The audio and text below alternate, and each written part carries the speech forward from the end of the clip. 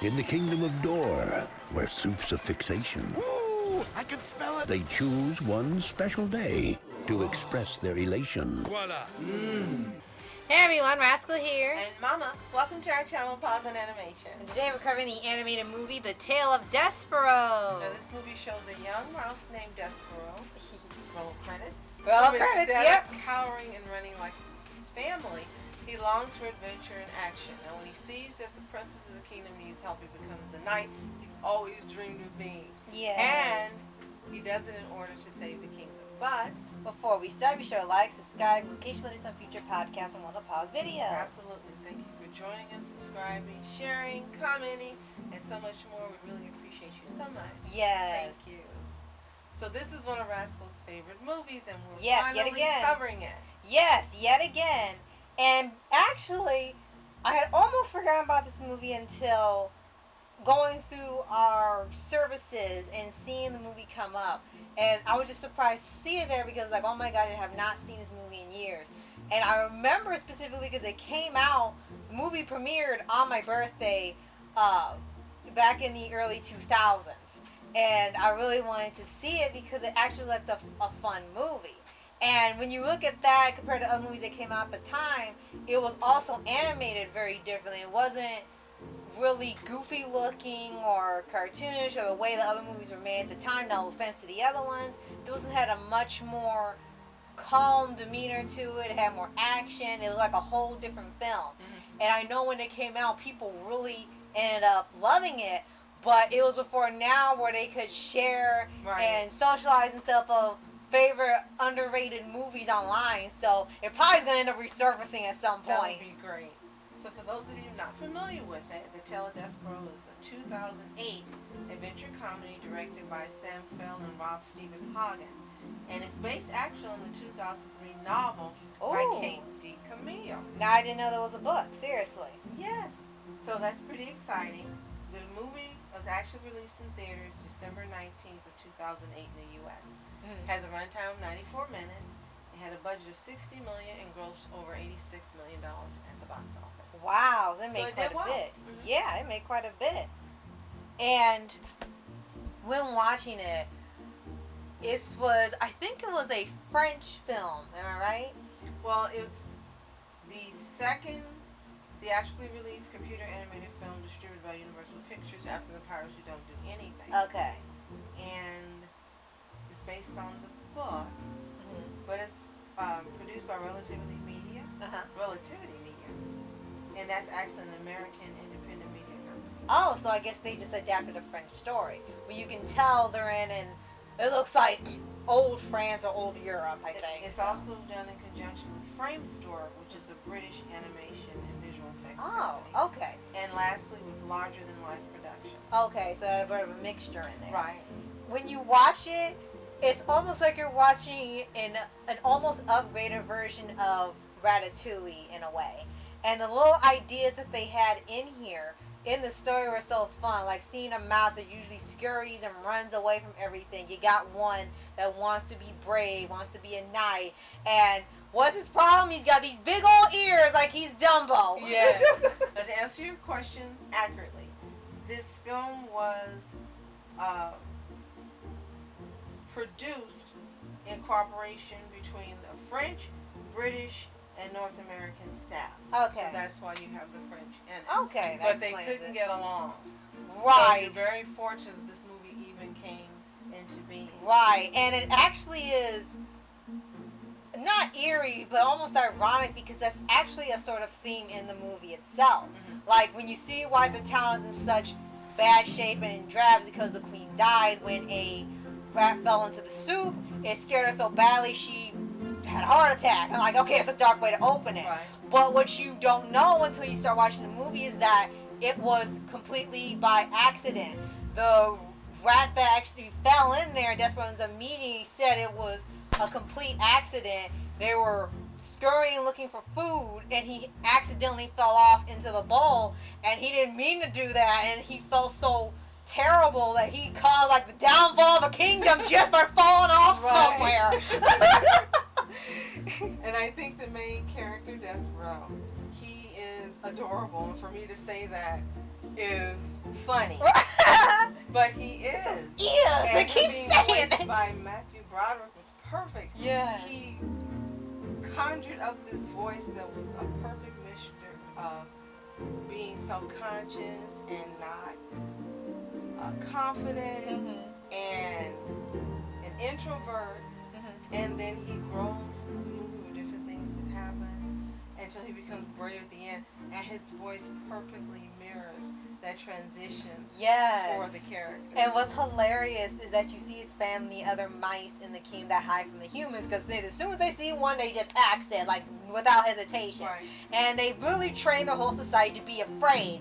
And they do that because they want to get away quickly. So if they're scared of everything, they fly quicker, they get away quicker, and they don't lose any more people from the humans. And little Despereaux is not scared of anything. He's not scared of mouse traps. He's not scared of cats. He's not scared of humans. He's actually fascinated by them. He reads the books. They eat the books, but he wants to read them, and he wants to be a knight. And his family's like, what is wrong with this child? Right. Everyone thinks he's the weirdest thing ever. It's like, you are weirder.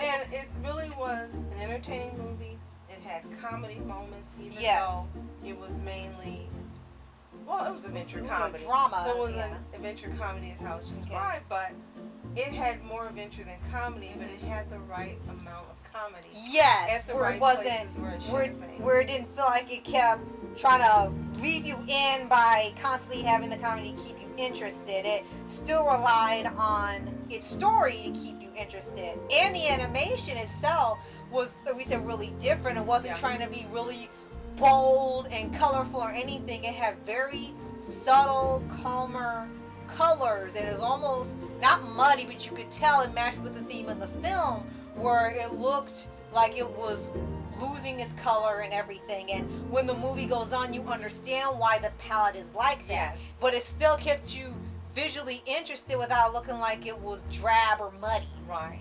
Now, one of the most unfortunate things about this movie is that it didn't get great reviews. Unfortunately, when it came out. yeah. Rotten Tomatoes, before it was rotten, only rated at 57%, with a 5.7 out of 10. And Metacritic only gave it a score of 53. And audiences polled by Cinema Store gave it an average of B, which was good, on a scale up to A+ through F. And some of them said that they weren't thrilled with the story, and that the writing felt obvious, preachy, and heavy-handed. And I think that's funny, because I'm one of those people who normally picks that out and then knows it, but I didn't feel that way watching this movie. Right, and I think they felt like that because this is really a theme that's rarely used in movies and things, because we understand there are people that hold on to things and choose to hold on to things, and they refuse to let go because they say it's better they hold on to it than let it go, because it's something so bad they don't feel like they have a right to let it go, and they should be angry. There's a whole theme in this movie where from the time the queen died all the way to the end of the film and everything dissolved, people are holding on to hate and sorrow and misery. And the princess wants to get rid of that, but she herself is all sad because of what happened to her mother. Right. And this also goes to Princess P. We also have her servant, which was Miggery, they call her Mig. When you find out her backstory, and she was actually very kind, but the princess in her grief treated her badly, even though she didn't deserve it. And you have the jailer Gregory, who ends up being connected to Mig when you find out. Chef Andre, who's trying to cook these foods, has to cook these drab and bland foods and not soup and the stuff they love because of what happened. And of how both the kingdom with the people, the humans, and the rodents below were both affected by the instance. And what was the main theme is that they were all like this still because they wouldn't let go of what happened, and they wouldn't forgive, and it came to a point where it was getting really bad, and Despereaux had to come and save the day. And when it gets to the climax of the film, and finally the princess apologizes to Meg for how she treated her, and the rat who was the cause of all this came to apologize and explain himself, it opened up, I guess, for everyone to heal. Dialogue, And it started and it started a chain of events for everyone to say, and it just literally was like you said, a chain reaction of everyone just finally letting go and saying they're sorry, and you could see all the drastically making a difference. So I think that was probably why to them it wasn't a realistic happening. I think you're absolutely right. And maybe for some people who have gone through similar experiences, maybe it was hit a little too close to home. Probably. That could be some reason it wasn't well accepted. And then for people who choose to not release those type of things, maybe it felt preachy to them because they're choosing to live their life in a different way. Yes. And then there are those who I think just watch the movie for entertainment's sake, like we did, to see what was going to happen. And then you take the lesson as it comes and you go, this is a great lesson to learn.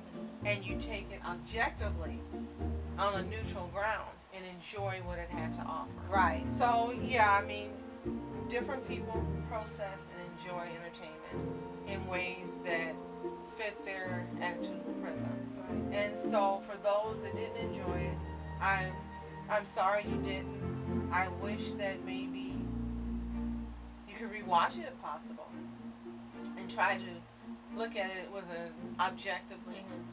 But if not, then it's okay. Right. And if you haven't seen it, this is really a great movie. We don't think it's preachy at all. So and I think it was wanting to send a message to kids. It really was made for everybody, but it wasn't treating the kids watching it and talking down to them. I think it just wanted to send a good message without talking down or feeling like they better listen to this. They just wanted to have a good message in there, something fun, something meaningful, something that they could easily remember. True. And I think they did a good job in doing that. It's just a shame that it's going to be a while before they get that recognition. I agree. So let's quickly go through the voice actors, give them a shout out as we always do. As I already mentioned, Matthew Broderick was Despereaux Tilling. Yes. A very brave mouse who doesn't run from danger, as mice should. Yes. We had Dustin Hoffman as Chiaroscuro, or Roscuro as he was nicknamed, and he was the civilized rat. Right. Yes, he was very proper. Princess P. Tracy Ullman is Meg, as you mentioned. Ciaran Hinds is Botticelli Rimorso. Robbie Coltrane is Gregory. William H. Macy is Lester Tilling, Despereaux's dad. Tony Hale was Spurlow Tilling, his older brother. Kevin Kline was Chef Andre. Stanley Tucci is Baldo, Andre's soup genie and friend. For some reason, there's a soup genie, yeah. Frank Langella was the mayor of the mouse world. And it's funny because he's famous for having played Dracula in the movies. Christopher Lloyd is Hovis. Richard Jenkins is the principal at Devereaux School. Charles Shaughnessy is Pietro. Sam Fell, who made his own appearance as Ned, Meg's uncle. Right. We also had Bronson Pinchot, Serge from the Beverly Hills Cop movies as Town Crier. And last two, James Nesbitt as King Philip of Dora, Princess P's dad, and Sigourney Weaver as the narrator. Yes. And I think this is definitely a movie a lot of people should see, especially if you really love hidden gems, underrated classics, or cult followings type films. This is definitely one of them. And we love when we find movies like this, whether it was back then or now. We love finding movies that we don't know much about, or ones that have a following and they're not really big, and they're like there's a little sparks of joy you find in entertainment that you just want to hold. They're gems, definitely. And the last thing I want to mention is that this had a video game which Rascal owns. Yes, I actually still have the disc, and it was fun. It came out December 2nd of 2008 on the PlayStation 2, Wii, and Nintendo DS, and the 16th of December for MS Windows. And they also had an Xbox version. Yeah. But it was canceled. And so I remember when you were playing this game, it's so funny. I can see the case and everything. And you can see it now too, since we've taken a picture for you to see. Right. But this is really, I agree with Rascal, really just a movie you should watch. Now, if you've already seen Tale of Despereaux, let us know in the comments. Did you see it when it originally came out, or later as we did? What do you think? If you haven't, we don't know where it's available to see unless you get to catch it on demand like we did. and maybe it's on Tubi or Pluto or something. You can Right. try that out. Right. Because it's not a Disney movie or any of the big studios. But when you do watch it, come back, tell us what you think, including, did you think it was preachy and in your Right. face? We'd like to know what you think as well. Right. And if you haven't already, subscribe for updates and weekly reviews for your anime series, anime shows, and all things animation. Absolutely. Thank you for being our specials. Shows. We appreciate your subscribing, sharing, commenting, and so much more. You're always welcome at our channel. And let us know if you want us to check out your channel in the comments below as well. Yes. Thank you so much for watching Mask Entertainment. And I'm Mom Entertainment. Have a toontastic day. Peace.